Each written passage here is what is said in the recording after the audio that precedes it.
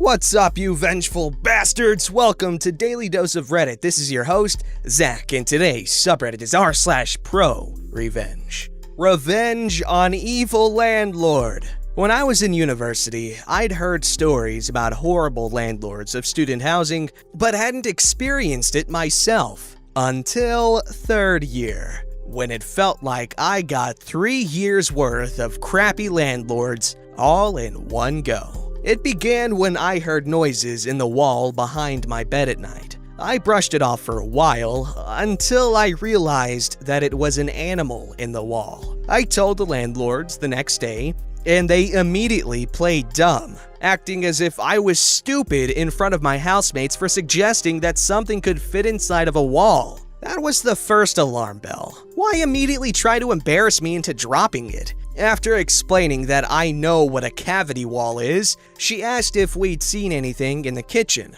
Oddly specific, we didn't think about it until later. From then on, her husband dealt with us. We weren't aware that he was our landlord too. A little time passes, still nothing done about the noise in my wall. Not that it was a surprise. I'd worked out by then that it was probably something like a mouse, and that it could run through the terrace of houses. As long as it didn't chew its way through my wall or die in there, I put the whole thing on the back burner. Until we were all sat in the sitting room and heard a thud in the kitchen, then squeaking. There was a giant rat in our kitchen. The rat disappeared into a hole in the completely crumbling kitchen wall, and the landlord claimed that we made it up, and that they'd never had a rodent problem.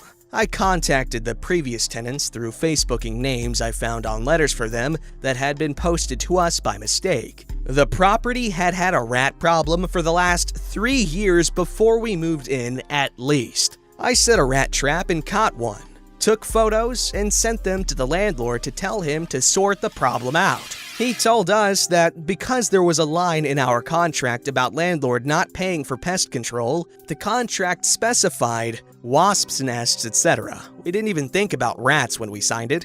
That we'd have to pay the hundreds of pounds to fix it. He'd knowingly written that into the contract so he wouldn't have to pay out, instead of fixing the kitchen wall and the exterior wall where the rats were getting in. To cut the rest of the setting the scene part of the story short, we called the council, who sent a pest control team. While on their visit, one of the men took my housemate to one side and told her that our landlord is evil and he is known for getting nasty. They told him that it wasn't our fault that they were rats, it was his. And he screamed in my face until he was bright red about how I was a terrible person and was trying to take him down for no reason.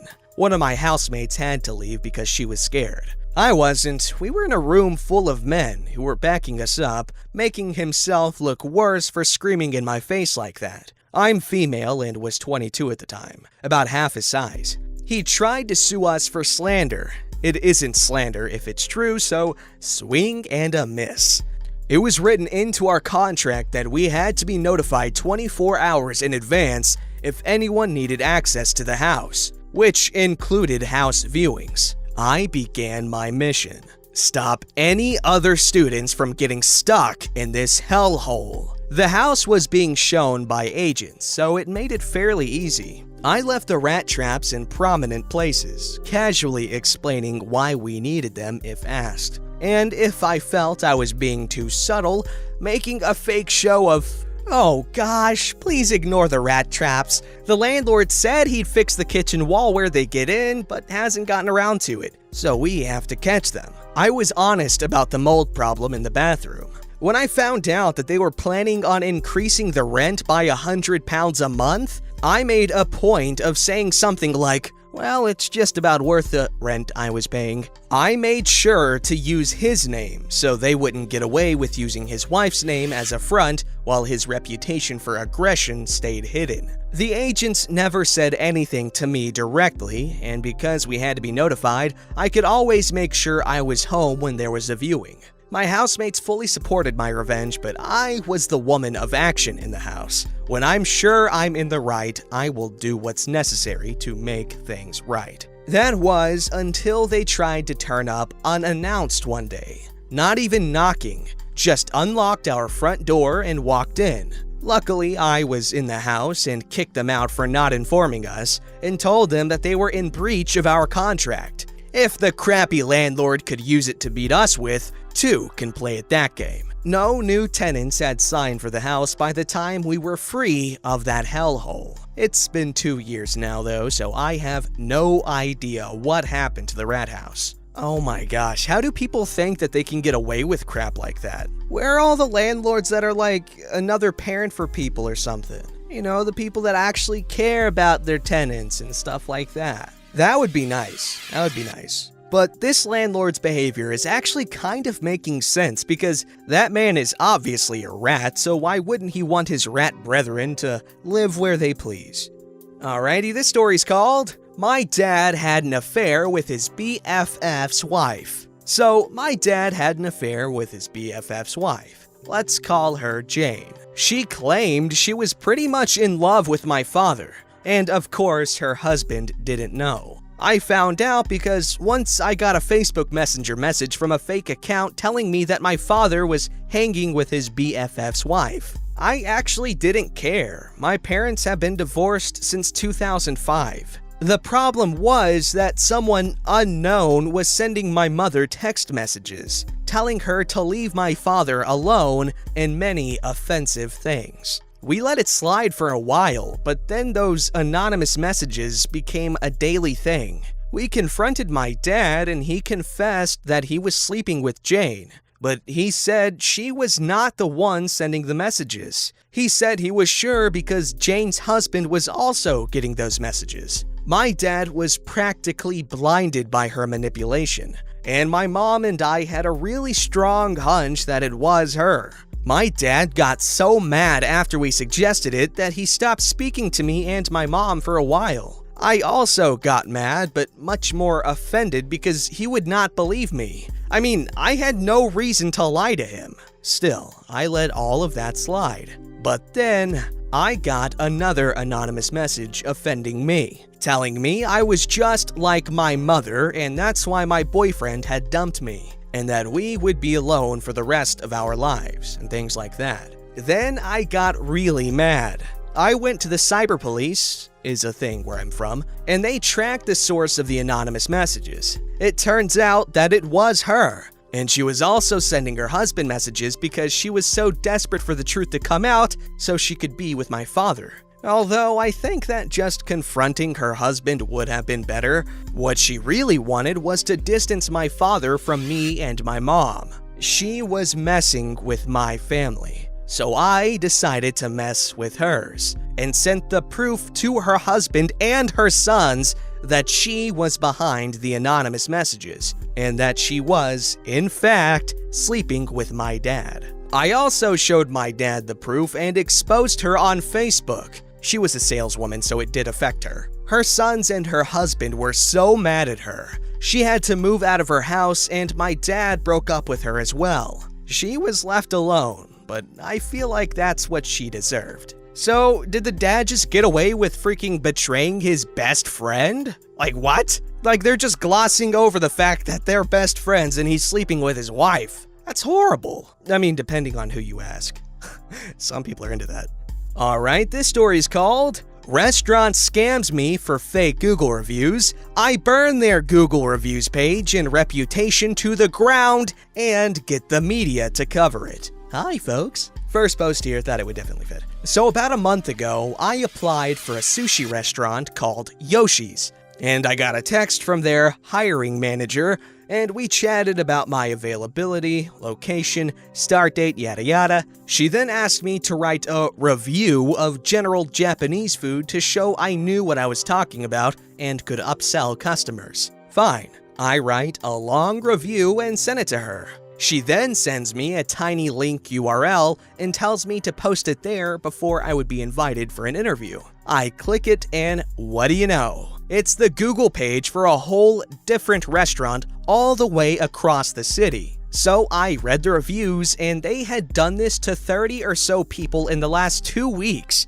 at the different locations franchised to the same crazy owner. I was pissed to say the least. This happened peak Brovid in my state. People are unemployed at staggering rates, struggling to feed their families, and these buttholes are scamming potential hires for fake reviews. Being unemployed, I had some time on my hands, so I screenshotted our convo and posted it all over social media. They went from 3.4 to 1.2 in a few hours, with more than 70 new reviews about their crappy behavior. I was satisfied with that, and a report to the Attorney General here. But then I noticed the owner had managed to get all the reviews removed. So at that point, I went full nuclear. I contacted every media outlet, reported them to every oversight board, emailed corporate about it, and reported them to Google. I managed to get one of our local news outlets to cover it, and Google ended up removing all of their reviews altogether. Scam me and countless others during a global pandemic? I ruin your business's reputation for your crappy behavior. How dare they tarnish Yoshi's name? He would never do anything like that, come on. Alrighty, this story's called Silence Me for 4 Years? Enjoy losing all of your friends.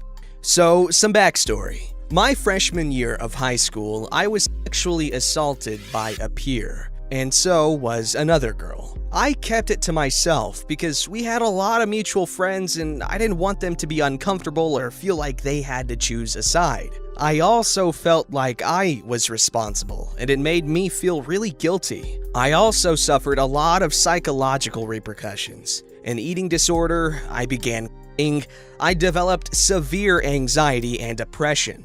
Finally, it peaked and I forced myself to tell my English teacher. The police were called, I was interviewed. Already, I could tell the detective was not taking me seriously. He also blatantly misquoted me in the statement and used words like misunderstanding and he went in for a kiss, even though I made it very clear I struggled and I tried to push him away, and he had me pinned to the wall with his hand around my throat. He confessed after 10 minutes of being interviewed by the police. The charges got dropped by the prosecutor because he felt the case would never go to trial. He was a star student and was very well respected.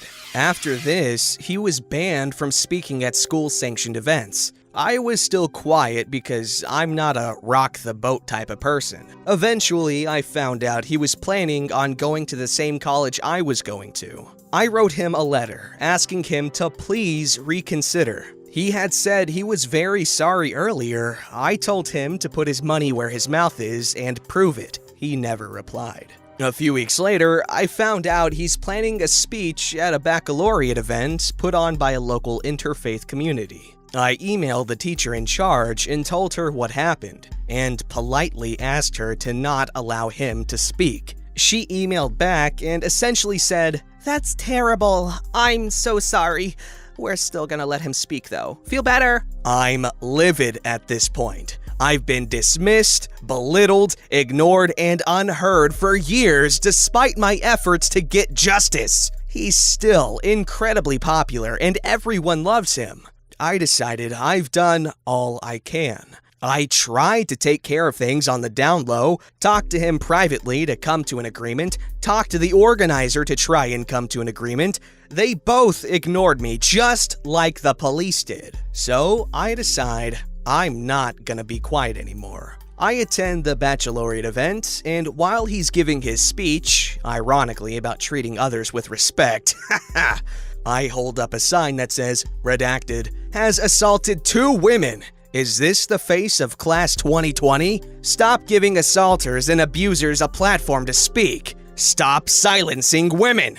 By the time the event is over, everyone is talking about it. And everyone is pissed at both him and the organizers for letting him speak. Many of the girls there are victims of sexual assault themselves, and they are all furious that the organization knowingly let a predator speak. I feel incredible. It's like a weight has been lifted off my shoulders. The last thing he told me after he'd finished violating me was, "Don't tell anyone." And even after years had passed and I felt comfortable speaking about it to a select few, and the police knew, and all the teachers knew, he was still praised. And every time I heard someone talk about him fondly, I heard that little voice from deep inside me saying, "You're letting him win."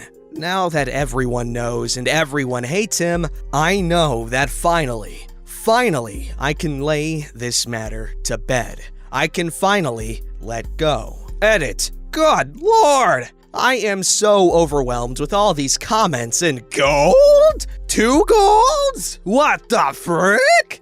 Thank you guys so much.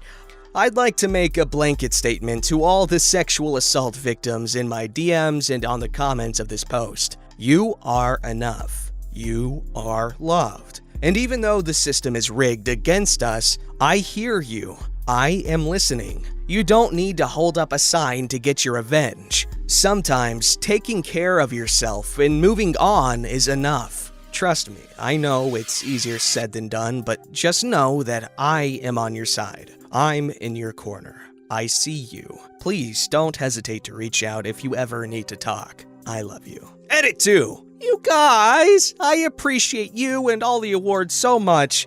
I think there's enough now though. If anyone wants to give another award, please take the money you would have used and donate it to one of the below. Thank you. Edit 3. Hello, everyone. First of all, thank you so much for all of your well wishes. I love all of you so much. You are so sweet. I would like to address a few things. I have gotten a lot of direct messages as well as comments on this post from survivors of sexual assault telling me how brave I am and how I'm their hero. I appreciate that so much. You have no idea how happy that makes my heart, but I have something to say to all of you who said that. Yes, it was scary and hard to hold up the sign. I'm not saying that wasn't a brave thing to do. It was, and I'm proud of myself. However, I don't like what that implies. I don't like the implication that a survivor who is not yet ready to share their story, choosing to keep it private, is in any way an act of cowardice. My friends, you are all brave. You are brave just for waking up in the morning. You are brave for going to work. You are brave for making yourself dinner and letting yourself enjoy it. You have nothing to be ashamed of. That I can assure you. You are perfectly enough and you have nothing to prove. You do not have to earn your place in this world with acts of courage. You do not have to prove to the masses that you deserve to be alive, that you deserve to be happy. Just know that for yourself, because it's true. How could it possibly be anything but true? How could you possibly be anything less than perfect? You are kind. You are compassionate. You are strong. You are resilient. You are intelligent. You are brave. Be your own hero, my friends. I love you all. Well, that was very wholesome toward the end there. We gotta give props to OP for doing what she did. That definitely took a lot of courage to do, because as prevalent as, these sorts of things are, it's very taboo to bring up, because no one wants to think about that. It's uncomfortable. People need to realize, though, that a lot of these victims or survivors are literally uncomfortable in their own skin now because of what happened to them. I can't even imagine the frustration of having to live knowing that this guy who did horrible things to 2 people at least, at minimum, was just gonna get away with it scot-free. Anyway, really good story. I'm glad that he got some sort of punishment. And good on OP here for doing their best to try to help people out who need it. Don't forget to like, subscribe, and hit that bell to never miss an episode.